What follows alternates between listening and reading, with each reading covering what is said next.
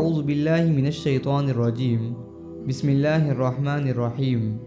نماز فجر پڑھنے کے بعد اپنی جگہ سے اٹھنے سے پہلے یہ آیات پڑھیں۔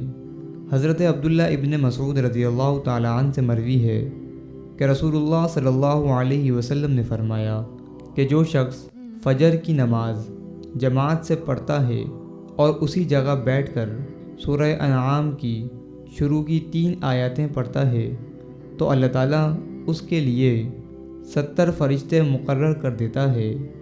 یہ فرشتے اللہ کی تسبیح کرتے ہیں اور اس شخص کے لیے دعائے مغفرت کرتے رہتے ہیں۔